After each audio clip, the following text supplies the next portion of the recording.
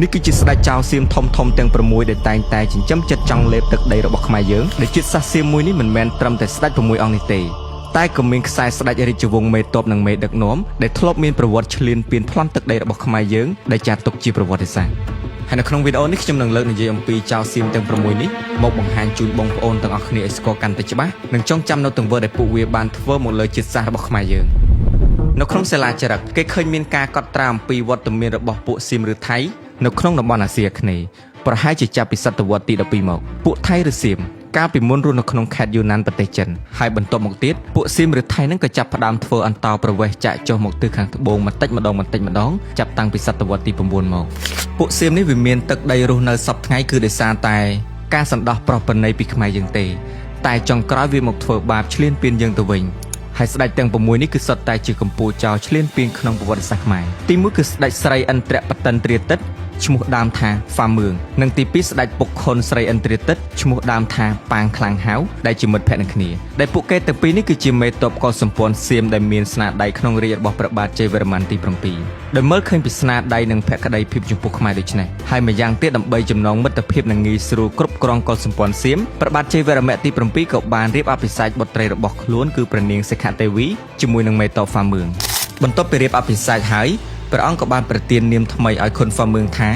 ស្រីឥន្ទ្របតិនទ្រាទិត្យរួមជាមួយនឹងព្រះខ័នជ័យស្រីដើម្បីឲ្យមានអំណាចដូចក្សត្រមួយអង្គដែរក៏ប៉ុន្តែឲ្យស្បត់ថាត្រូវមានភក្តីភាពចំពោះព្រះមហាក្សត្រខ្មែរគ្រប់ព្រះអង្គក្រោយពីព្រះបាទជ័យវរ្ម័នទី7សោយទីវង្គតទៅខុនហ្វាមឿងបានខុបខិតជាមួយមិត្តភ័ក្តិរួមសមរភូមិឈ្មោះថាខុនបាងខ្លាំងហៅហើយក៏បានវាយដណ្ដើមកាន់កាប់សុខោតីពីមេតបខ្មែរឈ្មោះខ្លាយលំពងព្រោះមុនពេលដែលខុនហ្វាមឿងមកដណ្ដើមកាន់កាប់ទឹកដីខេត្តសុខោតីគឺជាទឹកដីរបស់ខ្មែរមួយក្នុងសម័យអង្គរតែក្រោយពីទទួលបានជ័យជំនះខុនហ្វាមឿងនឹងមិនបានឡើងសោយរាជ្យធ្វើជាស្ដេចខ្លួនឯងទេ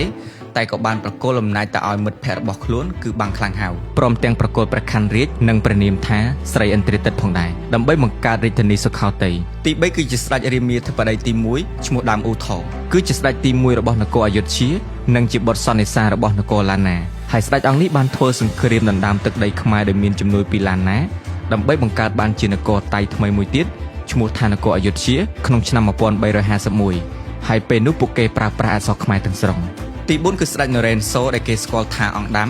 ដែលជាស្ដេចរមិលគុណព្រះរាជាខ្មែរនៅសម័យលង្វែកតែក្នុងកាលនោះនគរសៀមត្រូវបានកាន់កាប់ដោយនគរភូមាហើយស្ដេចសៀមអង្គនេះក៏បានសុំឲ្យខ្មែរយើងជួយក៏ប៉ុន្តែក្រោយពីរំដោះខ្លួនបានពីភូមាហើយស្ដេចនរ៉េនសូឬអង្គដាំនេះបានលើកទ័ពមកវាយបំបែកនគរលង្វែកយើងតែម្ដងដែលនេះគឺជាទង្វើរមិលគុណរបស់សៀមមកលើខ្មែរទី5គឺស្ដេចតាក់ស៊ីនមានឈ្មោះដើមថាស៊ីននិងទី6គឺរាមាទី1ឈ្មោះដើមថងឌួងពួកគេទាំងពីរនេះគឺជាមិត្តភក្តិនឹងគ្នាតាក់ស៊ីនដើមឡាយគឺជាមន្ត្រីដែលមានងារជាពញាត្រួតត្រានៅក្នុងខេត្តតាកជិតប្រទេសភូមាអំឡុងឆ្នាំ1765ហើយឈ្មោះរបស់គាត់គឺស៊ីនហើយបន្ទាប់មកទៀតក៏គេហៅថាតាក់ស៊ីនដោយហៅទៅតាមខេត្តដែលគាត់គ្រប់គ្រងបូកជាមួយនឹងឈ្មោះគាត់ស៊ីន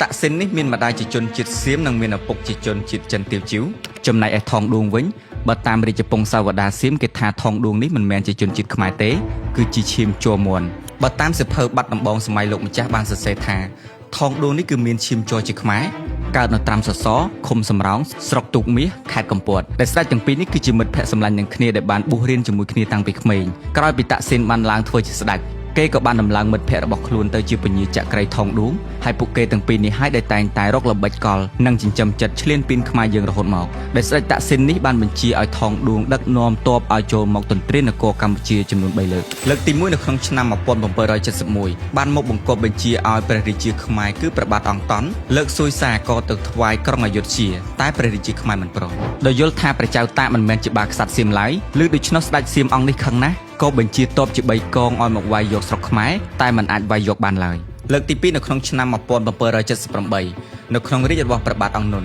ដែលនគរខ្មែរព្រមជាចំណុះសៀមហើយពេលនោះព្រះចៅតាបានឲ្យកេណ្ឌទ័ពខ្មែរទៅជួយវាយនគរលាវបំណងដើម្បីបង្កើតអធិរាជរបស់ខ្លួនហើយពេលនោះហើយប្រជារាស្ត្រខ្មែរក៏បានរងនៅសោកនាដកម្មយ៉ាងខ្លាំងផងដែរលើកទី3គឺនៅក្នុងរាជព្រះបាទអង្គឯងព្រះចៅតាបានបញ្ជាឲ្យអង្គញាមហាសេនាចក្រីឌួងដឹកនាំមកវាយយកនគរខ្មែរតែម្ដងព្រមទាំងបង្គាប់ឲ្យនាំបុត្ររបស់ទ្រង់ព្រះនាមចៅណយដែលទើបនឹងសឹកពីបួសថាបើវាយឈ្នះនគរខ្មែរហើយត្រូវលើកព្រះចៅណយឲ្យឡើងសោយរាជ្យនៅនគរខ្មែរដោយការដែលស្ដេចសៀមធ្លាប់ធ្វើកន្លងមកនៅចុងសម័យអង្គរហើយចុងក្រោយបងប្អូនដឹងទេប្រហែលជាបាបកម្មដែលពួកវាធ្វើមកលើខ្មែរ ព្រះចៅតាក់ស៊ីនឡប់សតិខ្លាយជាវិកលចរិតក្នុងពេលដែលតបសៀមនិងយួនកំពុងតែច្បាំងគ្នាលើទឹកដីខ្មែរហើយក៏ត្រូវស្លាប់ដោយសារតែមេតបក្បត់ដែលជាសម្លាញ់នឹងគ្នាឈ្មោះថាអុកញ៉ាចក្រៃដួងហើយអុកញ៉ាចក្រៃដួងនេះហើយដែលប្រកាសខ្លួនជាព្រះចៅរាមាទី1នៃរាជវង្សចក្រៃហើយសូមបញ្ជាក់បងប្អូនថា